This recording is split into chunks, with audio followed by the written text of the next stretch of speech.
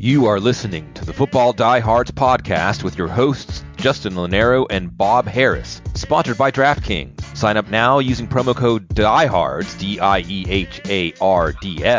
Make a first-time $5 deposit, and you'll receive a free $3 ticket.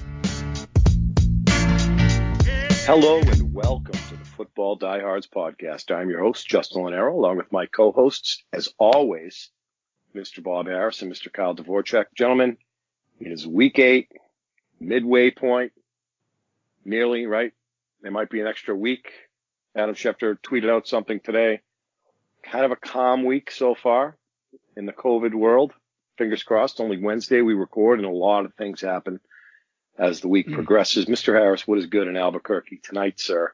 The snow is melting. Had about 8 inches on the ground last night. It's leaving quickly, thank goodness, and all is well otherwise. It's just a little chilly out. You guys are used to that. I mean, back there in the great Northeast or wherever the hell you are, it's out here. It's, we get the cold. It's a mile high here, so we get this, but it's not like the everyday thing. 8 inches. Yeah. Wow. But it went away quick, so that's good. Yeah, I won't tell you how I measured that. That's what she said. Or that it went away quick. Right. Touche. We're going to talk football tonight, or? We'll talk football. Kyle Dvorchak here with us also. And I've got a bunch of news we'll kind of grind through real quickly here just because there's a lot of moving pieces, a lot of players. We're not sure what's going to happen, so we'll kind of set the table with that. Then get into the DFS plays, probably avoiding some of those very players because we don't know. It's Wednesday, people, when we're recording this, which means it's before the Thursday night game, which means we'll find out right before the Thursday night game if Christian McCaffrey will return. He returned to practice this week. Seems like he has a chance, but it's like a 4 p.m. Eastern time deadline for the Panthers to activate him in advance and get him on the field for the game. Let me just ask it simply like this, guys. I'll start with you, Kyle. If McCaffrey's active, you have to play him, right? Oh, absolutely. And I think I even saw a report that, Mike Davis would still get work. Sure, I'll believe that when I see it. And if we see it in one game, I'll believe it when we see it for, 3. It's Christian McCaffrey. And not only is it Christian McCaffrey, but, this incredible Mike Davis that we had has kind of dissipated over the past few weeks. And I'm not saying that, Davis wasn't good. It's just that, any running back, he's just a running back. He's just a running back, and he ran hot. He's probably run a little cold, but we know how they want to use McCaffrey. They're going to use McCaffrey, and until we see, 3 games of them not using McCaffrey, you play him as if he's Christian McCaffrey.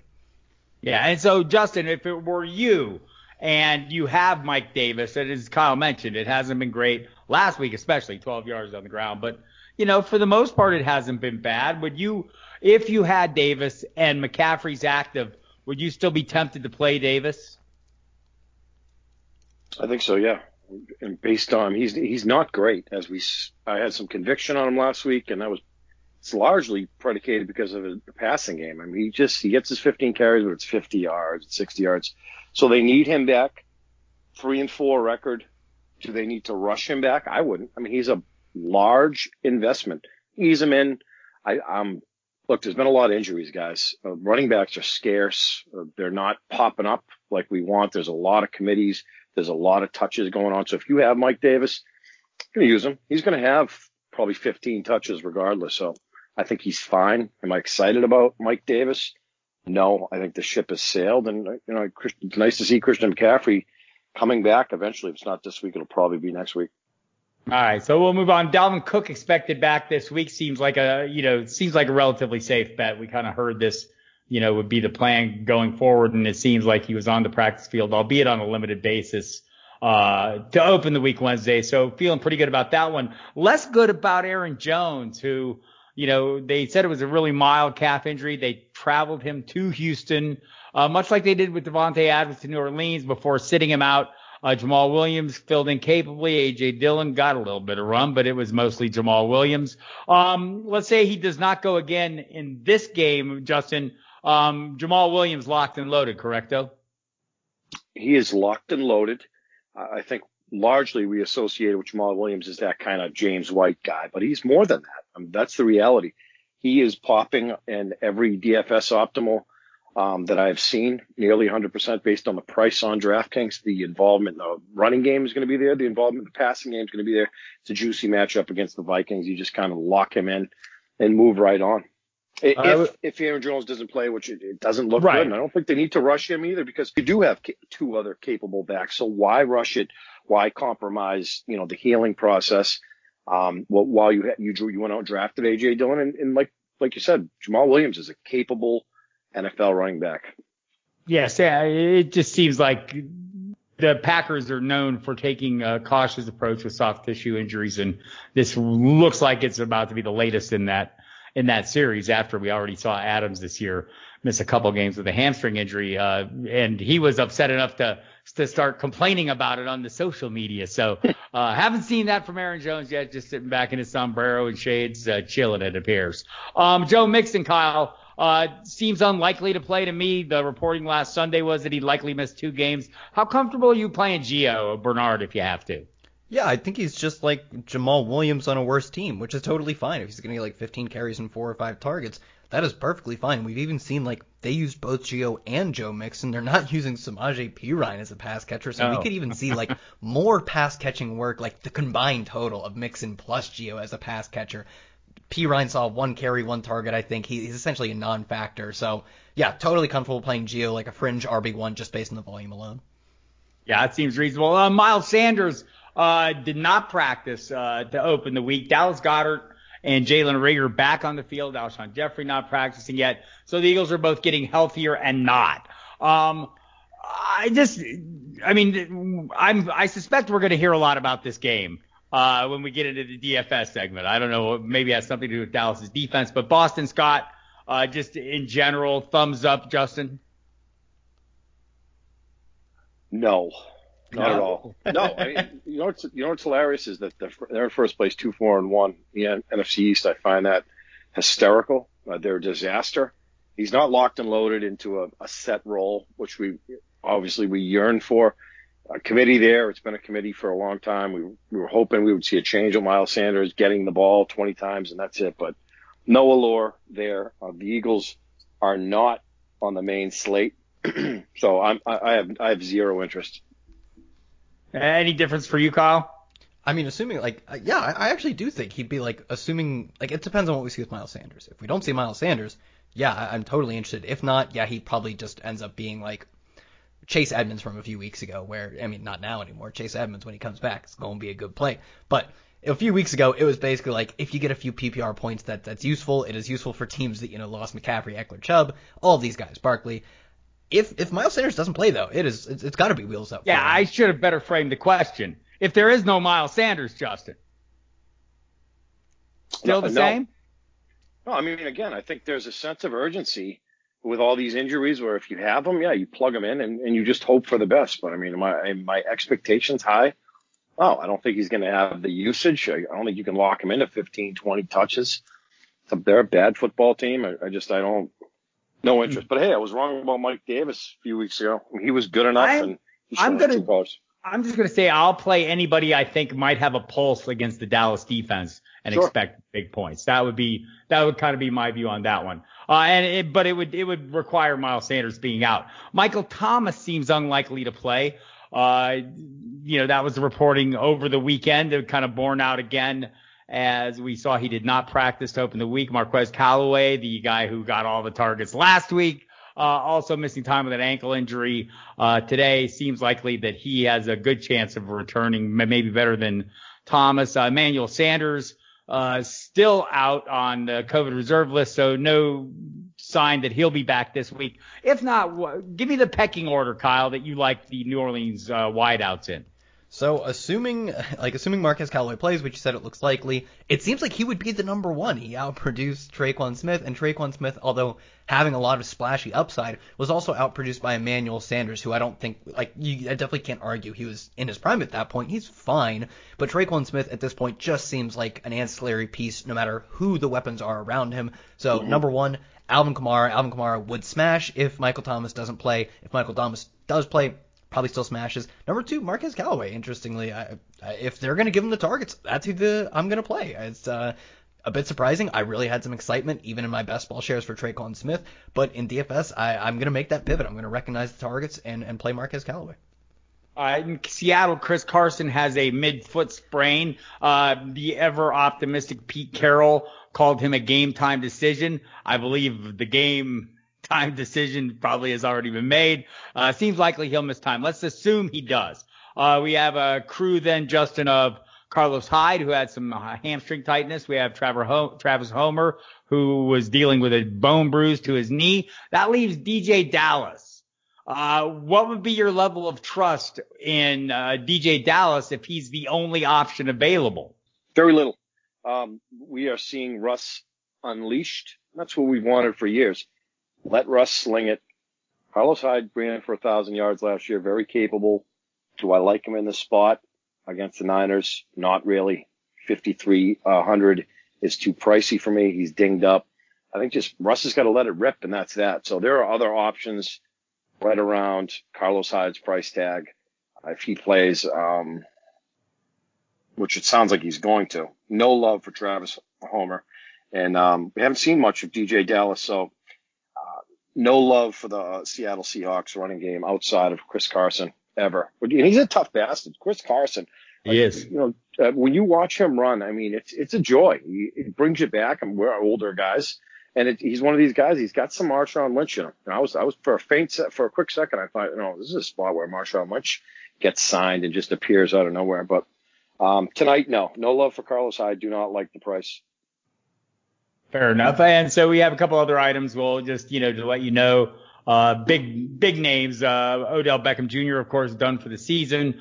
Rashard Higgins seems like he's going to be playing a more significant role alongside Jarvis Landry. Austin Hooper likely out again this week. Chris Godwin will miss this week's game, maybe next week's game after having finger surgery. There's this guy Antonio Brown who will probably be available next week, and I'm sure we will talk about him endlessly at that point in time. For this week, we'll spare you the Antonio Brown, other than to say he is a Buccaneer. Tom Brady loves him, and boy, you're going to hear a lot about it over the next 2 weeks. And Tua Tagovailoa set to start make his starting debut for the Miami Dolphins in a tough matchup. I don't know. I'm wondering about the planning of this. It seemed like maybe. What do you guys think, Kyle? Was this maybe like, hey, we're doing this on the bye, and then their bye got shifted, and they said, well, we'll stick with the plan. And did they think it all the way through? Yeah, I mean, I would say it's not ideal to come in against the Rams as your first game, but one, I simply like Tua, to the extent that, we can feel confident about any quarterback prospect. Like, he profiles a lot of really good prospects. I think similar numbers to Baker Mayfield, who had his ups and his downs, looked good last week. The same thing with Kyler Murray. Not quite the rusher as Kyler Murray, but probably more of a rusher than Baker Mayfield. His efficiency numbers at a school that generally just produces these game managers were electric. So no, do I want him to be facing the Rams in his first start? No, I want him to face a terrible team. But I do think he should, if he's going to be a good quarterback, a difficult but not unbeatable matchup versus the Rams shouldn't be the end of the world. Am I super excited to play him? No, but I actually have some shares in Superflex that he will be making the starting lineup, and I do think that maybe this is just the plan was to get him an extra week of practice, and you carry on with that extra week versus the difficult matchup. Even though it's a difficult matchup, 1 week of practice is worth more than no extra week of practice, at least versus a lesser matchup. Justin, do you think this is any bearing on this come from the success the Bengals and Chargers are seeing from playing their rookies? Yeah, I love it. And I've said this for years. I mean, I think the only way to learn is on the job experience, right? For anything. You're not going to comprehend or get comfortable without actually doing it. Now, is this the spot? Probably not. I mean, meet Aaron Donald, meet Jalen Ramsey. I mean, he's going to have his hands full, and he's not going to, but how else are you going to learn? Now, we talked about this last week. The timing, it couldn't be any worse. I mean, in regards to you want to have long-term success in 2020, looked like Ryan Fitzpatrick was the answer, right? I mean, not even a question there. So, but again, from a developmental standpoint, throw him into the flames. He's going to struggle. We've seen Joe Burrow struggle. We've also seen Joe Burrow throw for 400 yards. The only way he's going to get better is to play and not hold the clipboard. And they drafted him with the intent to play, and now it appears obviously sooner than later. So it'll be interesting for certain, and he's going to have a test for sure. Yeah, it's going to be a rough go. I think it's interesting, the Dolphins, players and coaches, we talk about teams tanking, and obviously, we think this year of tanking for Trevor. I don't think players and coaches tank, right? I think, maybe upper management, that's a thing for them. But in the Jets case, man, they have set themselves up to totally tank. We heard a little talk, and, I don't want to get too far in front of this, but Trevor Lawrence maybe, saying, well, I don't necessarily have to play. Let's say the choices are the Jets or Jaguars.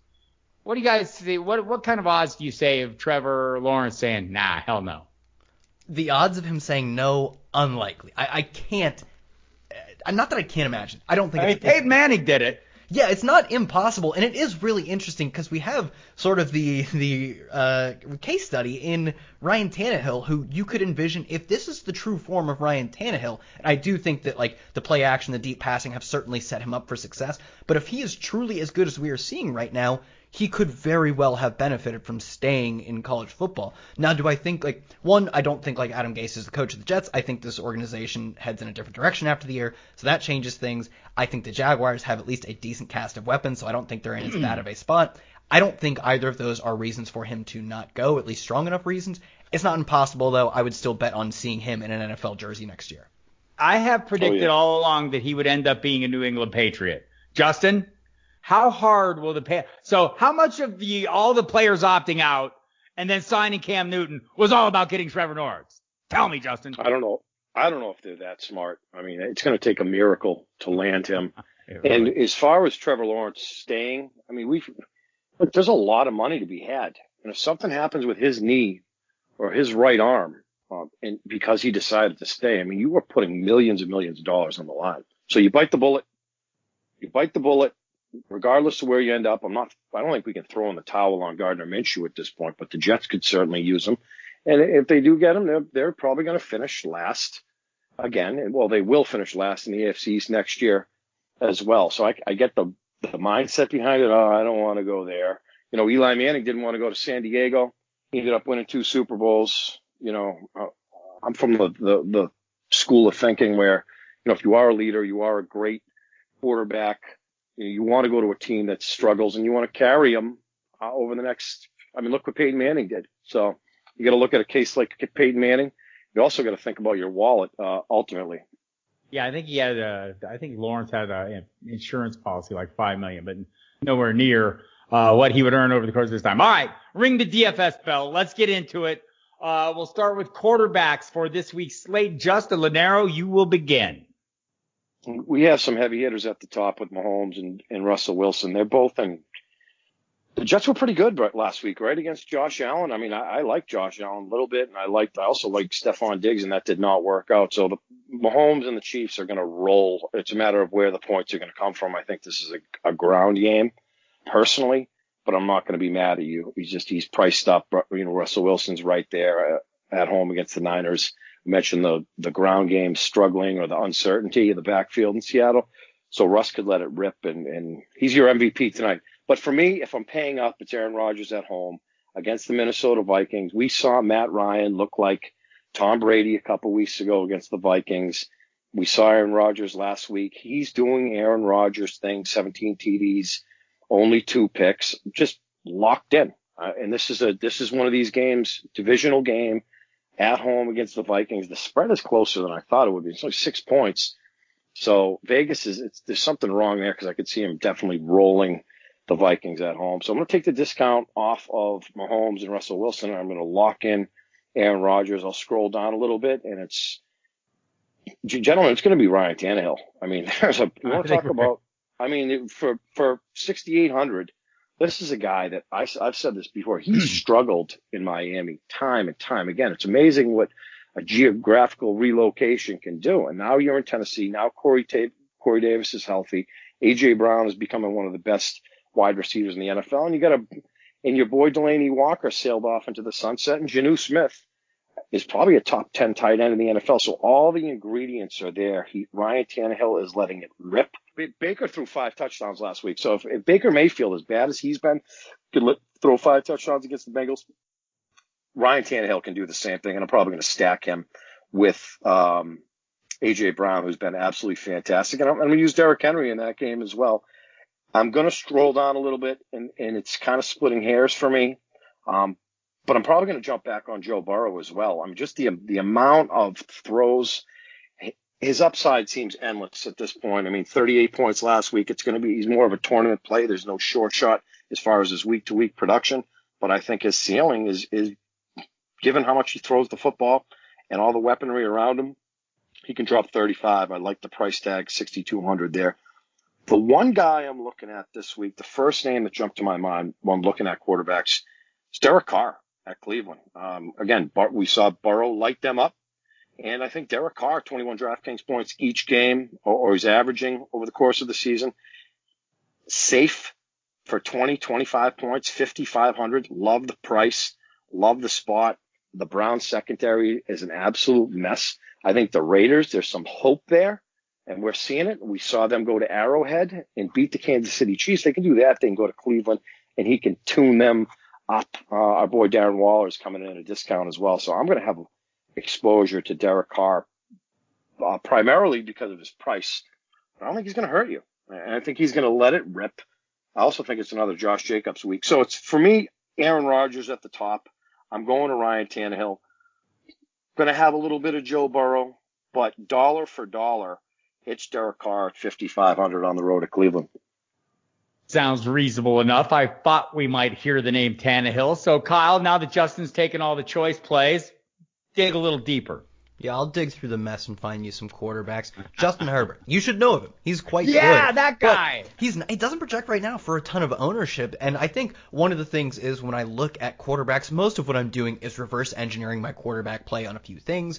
Game totals, receiver value, and different forms of leverage. If I think the receivers have good leverage, I'll look to those guys. And I guess maybe I should explain this. By leverage, I just mean the idea that I can basically profit at the expense of other people. I think a few weeks ago, Justin Jefferson was a perfect example. Justin Jefferson and Alexander Mattison don't have great odds of going off together because if they're running the ball a lot, probably not going to see a lot of targets for Justin Jefferson. So I thought he was good leverage off of Alexander Mattison. If I think there are good receiver plays in that same vein where maybe at a similar price point I can take an ownership discount or I can build a unique roster, I'm going to do that. The quarterbacks, I mean, all of these players to me are just names on a spreadsheet. I'm just a computer-generated voice trying to make good DFS lineups. Because of that, Justin Herbert, who has been incredible, he has great receiver value this week, and I think there are ways to get unique with his receivers, is going to be probably one of my highest owned quarterbacks.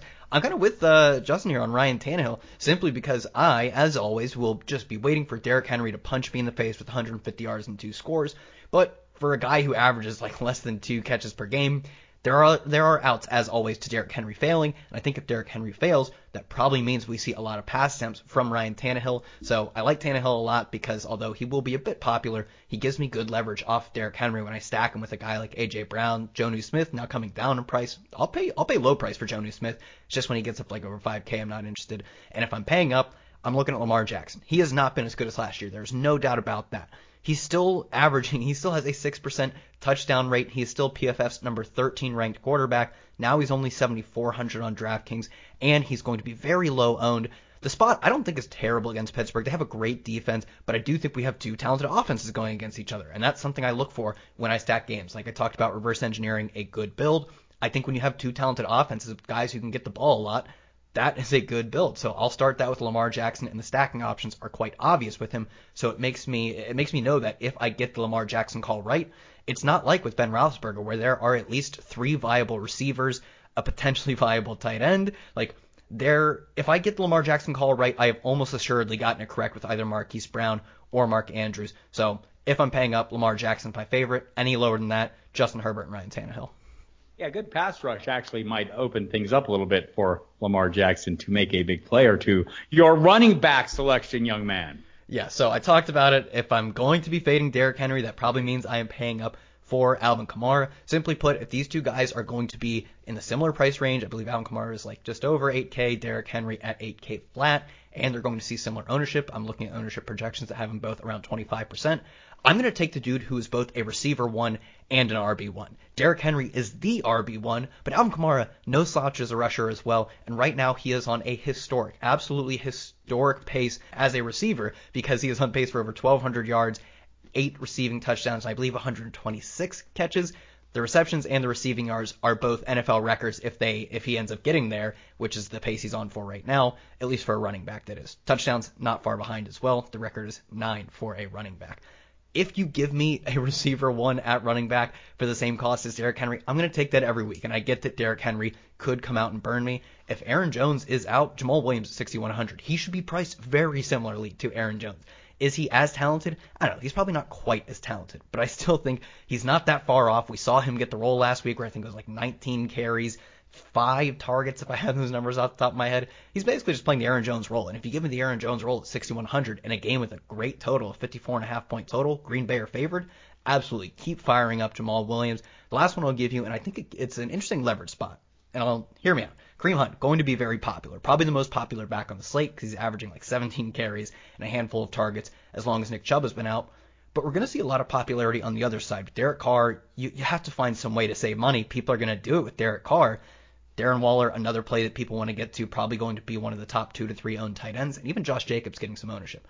If the Browns defense, which is loaded with talent, they haven't had a great season so far. We saw Joe Burrow shred them, didn't come away with a win, but played well. But they are loaded with talent. If the Browns defense puts together one good game, my Kareem Hunt Browns defense stacks are going to bury all of the Derek Carr, Darren Waller, and Josh Jacobs lineups. And that's what I find to be, I think that is a great definition of leverage, where I both have a good spot in Kareem Hunt and I profit directly at the expense of the Derek Carr lineups. So I'm going to keep rolling with Kareem Hunt. He's a good play. He's going to be high owned, but I think if you stack him with Browns defense, he gives you a lot of negative correlation with Derek Carr lineups. I like that one. Justin, dive deep. Well said. I will start with this. Alvin Kumar is probably going to be in every single one of my DFS lineups. Week 8, his floor, everybody was on him last week. His ownership came in right around 50%. The floor is 20, and he can get you near 50. So I'm going to use him whether Michael Thomas plays or not. Kyle said, he's thicker than people think that he is, but he can carry the load. He's just, we're in a world now where it's a matter of touches. It's not necessarily carries. I do like Derrick Henry, and I will use him in Ryan Tannehill, Brown, or Jonnu Smith lineups as well, because I'm a little hesitant on Henry coming into the season, but the way that they're moving the ball, and we're not accustomed to this up the field, it puts Derrick Henry in a better position to score from a reasonable position on the field, opposed to relying on 75-yard rushes. So he's growing on me, and that offense actually as a whole is growing on me. Definitely, there's some guys in the middle that I'm going to have to make a decision on. Jonathan Taylor's projecting well. We've seen running backs, Aaron Jones, even Todd Gurley last week was able to do his thing against this Lions run defense. I think JT is in a spot where having a few receptions, periodically, 10, 15 carries. I like the price. I think we're due for a JT game. Am I going there? I don't know. Clyde Edwards-Helaire is an interesting story this week because, of course, Le'Veon Bell is coming back, and he's going to be in the mix. They are enormous favorites at home against the Jets. And again, my hesitancy about Patrick Mahomes really ties into Clyde Edwards-Helaire. I think it's going to be a game where they pound the football, and you can see, like we did at Buffalo with Clyde Edwards-Helaire, running with anger, 26 carries, $161 on the ground. So he is well capable. There's the guy that they drafted. This is the guy that we were, kind of doing cartwheels about on this Chiefs offense. Love the price, 6,500. I can envision him having 20. It's his backfield. So this Le'Veon Bell song and dance, he's going to get his, but it's Clyde Edwards-Helaire's backfield. As I scroll down, Kyle's right as far as Jamal Williams. You just lock him in. You look at usage on the Green Bay Packers, it's really Devontae Adams and Aaron Jones week to week. And it's a sad story, but it's the reality. They're still successful in doing it. Jamal Williams should be priced higher than he is. He's going to have 15, 18 carries. He's going to have 4 or 5 receptions. He's going to get you 20 DraftKings points, 6,100. Fairly confident, or I'm really confident about that. So I could go chalk here. Jamal Williams, Alvin Kamara, and then diversify things at running back. I'm scared to, wide receiver. Kind of scared to fade Derrick Henry, but I will have exposure to him as well. I think, like Kyle said, Josh Jacobs is in a good spot. Haven't seen what we've been able to see in the past with Josh Jacobs. I think he's due for one of those 25-point DraftKings weekends. It's coming, and it might be against Cleveland. He will be in some of my Raiders stacks. As I scroll down, you're looking at Melvin Gordon, Narrative Street week. Philip Lindsay's concussed. Gordon gets his former team in the Chargers, 2 fumbles lost last week. I mean, those type of things stick. You pull that in New England, and you're going to be on the bench. However, if they're thin at running back, you know he's going to have some anger attached to him at home. 5,600. If you tell me tonight that Melvin Gordon's getting the football 25 times week 8, I'm going to have a lot of him at that price. There's no question about it. Let me rattle off. By the way, no interest in Gio Bernard. He's priced up. If it wasn't for the touchdown, a few receptions last week, he would not have hit value. He was also $1,000 cheaper, so that needs to come into account. I'm not a Gio guy, and this isn't 2015 anymore. Myles Gaskin, it's his job, right? They picked up Matt Breida. You have Jordan Howard. It's Myles Gaskin's backfield. So here's another guy. You're paying for volume, and you're getting it on the cheap. 5,200. I will use him with the Miami Dolphins defense. I'm going to get on the cheap. And you can pretty much lock him in to 20 touches. He's going to have 15, 18 carries. He's going to have 5 receptions, and he's a shade over 5K.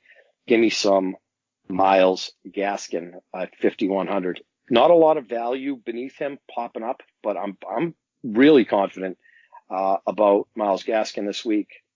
Again, we mentioned Carlos Hyde. I mean, Gaskin is the reason why there's no need to go to Carlos Hyde.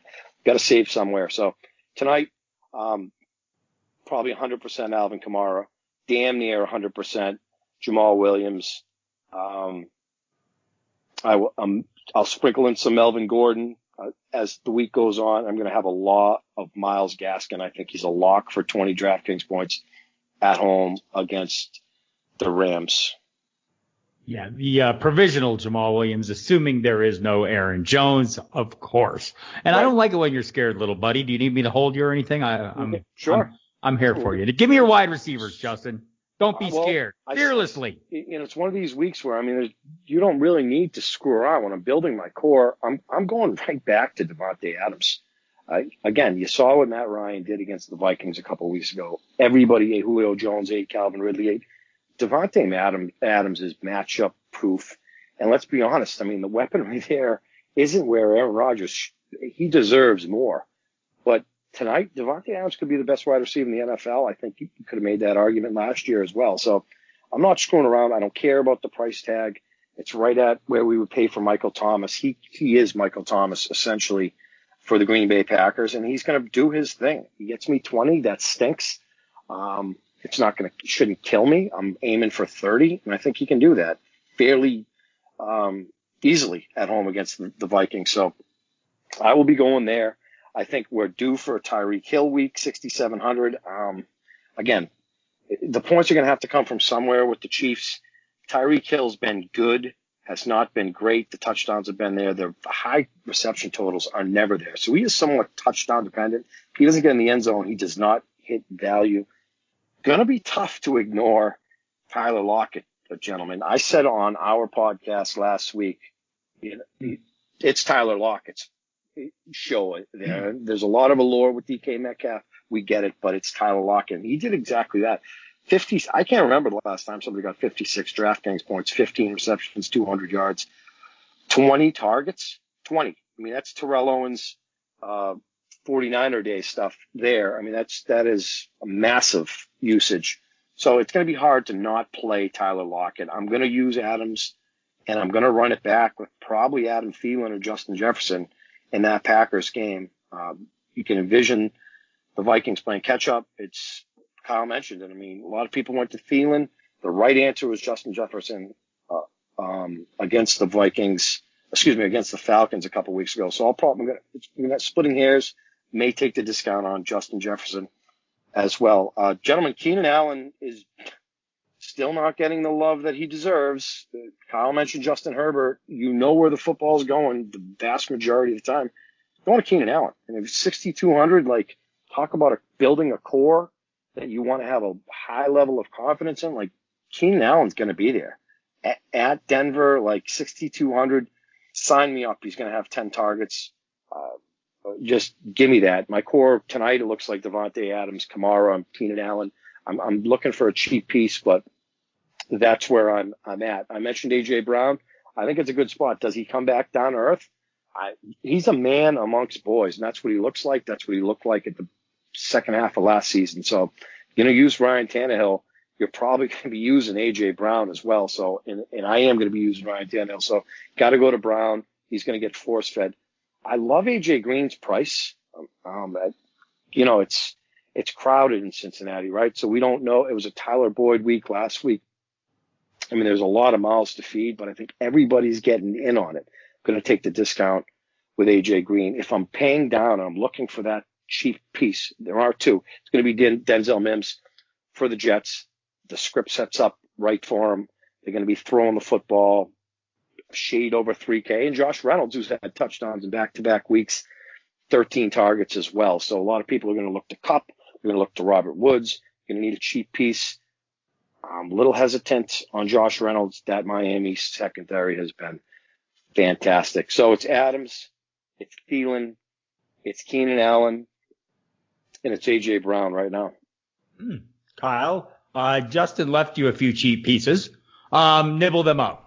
Yeah, I mean, he left me, I don't know, Joe Reed is still around there. So I'm looking at the Chargers because although I don't like Joe Reed, Jalen Guyton, and Virgil Green, Jacoby who all Myers. seem to be scoring. Right. Yeah, Gunnar Olszewski, whatever. Gunnar Olszewski, whatever. Olszewski. I don't need to know Gunnar Olszewski's name, all right? If he ever comes into the fray, we'll learn it when we get there. I was looking at the Chargers and coming up with random names because although Jalen Guyton, maybe Joe Reed, I think Virgil Green, and Donald Parham, who actually deserves to be scoring. He was a sick prospect. He was awesome in the XFL. Love that guy. Dude, I love Donald Parham. I am so glad to see him producing in the NFL. But He is the new Zach Zenner. dude, I don't want to be sacrilegious here. No, that's okay. anyone. That is okay. He is the Zach Center of tight ends. He was an incredible prospect coming out of tiny Florida school in Stetson. He was like incredibly size-adjusted speed. He's like phenom. 20 feet tall, right? Yeah, he's like 6'9" and runs like a 4.6 or something, which is like in the 90th percentile of size-adjusted speed. But he's not. We're done. He's not here. Who we're here to talk about because he doesn't play a lot. Who does play a lot is Keenan Allen, Mike Williams, and Hunter Henry. These guys, despite not scoring a ton of touchdowns because guys like Jalen Guyton keep scoring, are seeing the ball a lot. We'll start with Keenan Allen, who is seeing the ball in games he starts and finishes with Justin Herbert under center 13.3 times per game. If he were to do that over the course of an entire season, it would be the most targets for a receiver in the history of targets. I think that dates back to 1992. He is being used more so than any other receiver. He should be priced like Michael Thomas, like Devontae Adams, all these guys. He's only 6,200. I think instead of fading Keenan Allen chalk, you just get different and play Justin Herbert, Keenan Allen, and Mike Williams, who had his ups and downs. He had like the 9-target game to open the year and 8 targets, or maybe I have it backwards, versus New Orleans. He gets a lot of air yards, and I just think the amount of volume that Jalen Guyton and Virgil Green and Donald Parham are seeing versus how much they're scoring has to regress. Touchdowns will come for the guys like Keenan Allen and Mike Williams, so I'm going to keep playing them. Talked about playing Lamar Jackson. Marquise Brown at 6,100 leads the NFL in air yard share at 45%. No team, when they want to move the ball down the field, when they want to move the chains, looks at one player more than Lamar Jackson and the Ravens look at Marquise Brown. So I love going back to him. In the Pittsburgh game, or in the Pittsburgh side of things in the same game, Deontay Johnson is basically just Keenan Allen. When you look at the games that should be important to us, i.e. for Deontay Johnson, games where he finishes or even comes close to finishing, he's averaging double-digit targets, and it's Juju Smith-Schuster and Chase Claypool fighting for scraps after him. Last week, Juju finally had a good game. It did not come at the expense of Deontay Johnson. If he's going to average 12 or 13 targets a game at 5,400, I love him as a run back in my Baltimore Lamar Jackson skinny stacks. Outside of that, there's not a ton of interest in these low-scoring games. I would look more to like target potentially guys who are less popular, less exciting, but in high-scoring games. One more option, Marquez Valdes-Scantling. I probably touted him for like 3 straight weeks. He's still getting air yards. I think he's top 10 in air yard share. He is an interesting pivot play off of Devontae Adams. I think you could do what won the Millie Maker last week, which was play Devontae Adams and Jamal Williams, but sub in Marquez Valdes-Scantling as a great leverage play off of Devontae Adams. That is the bulk of it. I do think potentially another leverage play would be going with a T. Higgins off of A.J. Green popularity.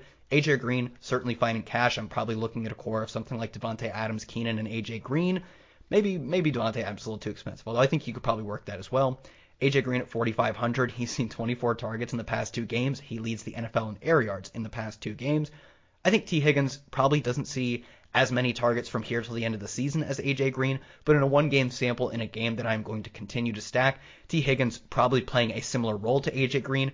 Seems like he would have some amount of negative correlation, so if I'm playing Joe Burrow, I probably would be interested in going Tyler Boyd, T. Higgins, and Joe Burrow and leave A.J. Green out of it, simply as a leverage play to get off the A.J. Green chalk, but he is one of the best points per dollar plays. I think that's most of them. A.J. Brown, I think Justin mentioned him.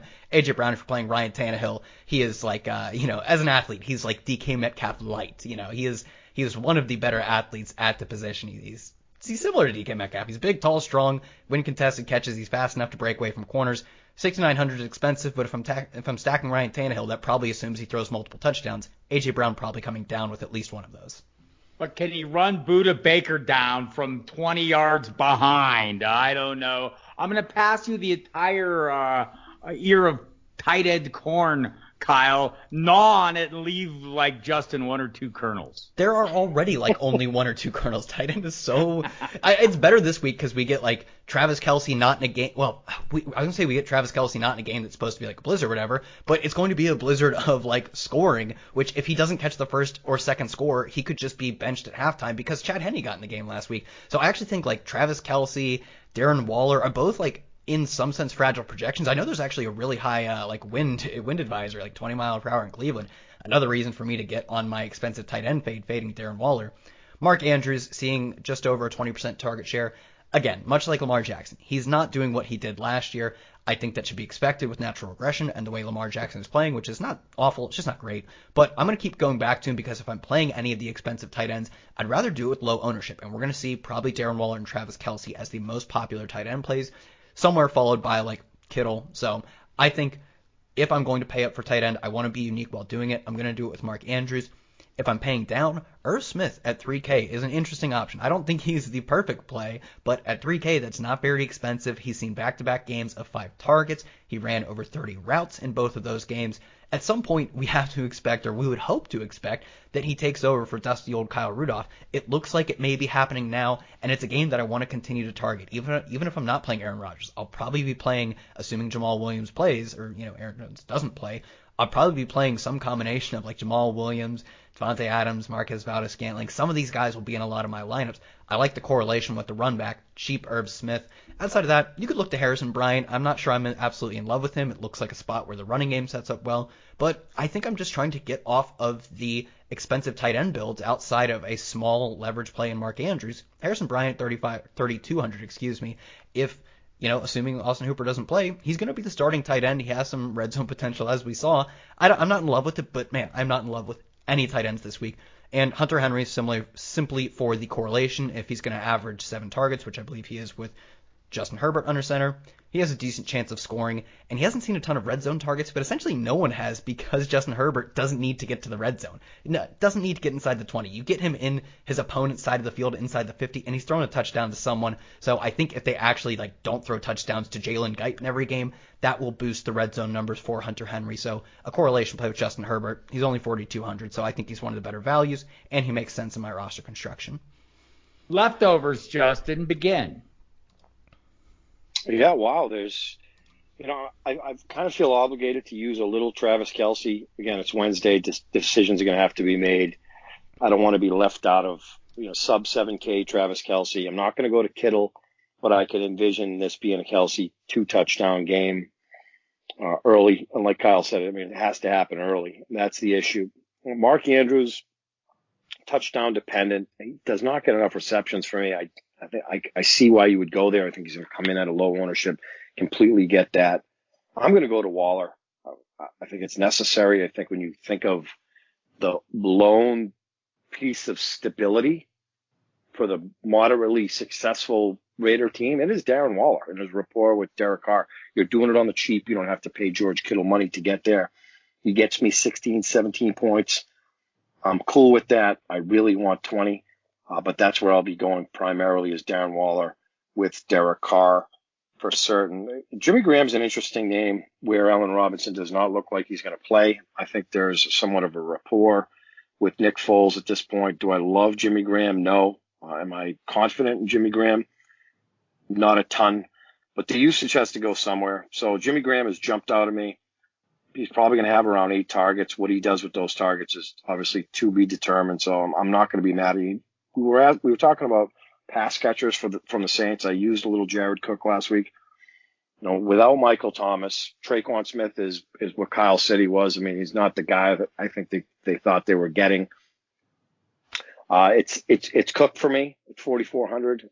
Do not love the play. I do like 4,100 Jonnu Smith. I went there last week and he was able to get me sub 2 points against the Steelers. I like the player. I like the price. I like the spot. So again, decisions are going to have to be made. 2 cheap guys. A young man told me to use Harrison Bryant last week, and I did not. And he was 2,500, and he dropped 21 DraftKings points, kind of thrust it into David Njoku was the shock, essentially, and just has not become the NFL player the Browns thought that they were getting. So I'm right back to Bryant, filling in for Austin Hooper, 3,200. I will have some Harrison Bryant, and largely because of the price, of course. A big question mark for me is, is Mo Alley Cox going to play? And if he does not play, we saw shades of Trey Burton from the Eagles that got the big deal with Chicago and is now with Phillip Rivers in the Indianapolis Colts. Sound redundant. Phillip Rivers used Antonio Gates 23 years, and they were the San Diego Chargers. Burton, freakishly athletic, got it done a couple weeks ago. He was 3,100. I plugged him in everywhere, and it worked out okay. So 3,500, I will have him. Again, this is contingent on the health of Mo Alley Cox because he was no slouch prior to getting hurt. So it's going to be Kelsey, 6,600. You're essentially getting, wide receiver 1 numbers out of Travis Kelsey. Kittle's going to be he's an interesting play at Seattle. Do not love him at 7K. The price scares me away. The vast majority of my lineups are going to have Darren Waller. Very comfortable there. Mentioned a couple guys in between, not really confident about. Going to pay down. It's going to be Trey Burton. It's going to be Harrison Bryant. And the defenses you'll be leaning on this week. Yeah, some more little spicier crowd this week, and I wouldn't be mad at you for spending 4,500 on the Chiefs because we see the upside. And this is a talented unit. The Patriots of last year, no, but I mean against the Jets, like come on, they could get you 20 and you would be whistling Dixie if that were the case. The script is going to set up for interceptions and fumbles and sacks. So really confident about the Chiefs. Of course, I'm not huge on the price. Pay a little down, go to the Rams to pick on Tua, right? I mean, we talked about that at the beginning of the podcast. This is a Rams unit where they're pretty good at every level. They are going to eat, and he is going to make mistakes. And when he's staring at Aaron Donald and he's looking at potentially Devontae Parker, is Parker playing, by the way? It seems like, I think it's likely. He was limited today. The local observers believe yes. Jalen Ramsey, when healthy on the field, he is bar none the best cornerback in the NFL. You could argue Stephon Gilmore. I will go with Ramsey every time. So there's going to be plays made on the defensive side of the ball for the Los Angeles Rams. And gentlemen, I'm going to go way down again, and I'm going to play the Miami Dolphins at home, 2,400. This is a team. Byron Jones is back. The secondary is fantastic. They are the best third down defense in the league. They put pressure on the quarterback. They create fumbles. They intercept the football. And this is I said this a couple of weeks ago. This is a Brian Flores defense. They are tough. They are gritty. They had 15 DraftKings points last week against the Jets, 12 the week before in San Francisco, like 2,400. They're going to create some plays as well. Jared Goff is Jared Goff. So I suppose I'm going to pay way up for the Chiefs because I feel comfortable, or the Rams, or I'm going to pay way down, and I'm going to use the Miami Dolphins at home. Tough place to play in Miami. Again, Tom Brady struggled many Sundays there, and I'm going to save some money with the Miami Dolphins. Interesting. All right, Kyle, go ahead.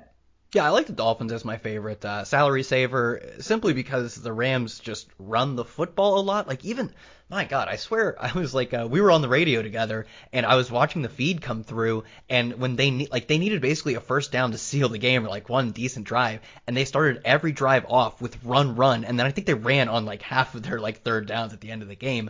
They simply just want to win these like 24-10 games. And although like they probably will win this game versus Miami at 2,400, if you can guarantee that your opponent is just going to do some dumb stuff and just run the football the whole time, that does give you a very solid like points per dollar floor. So I think they're perfectly fine if you're looking to pay down.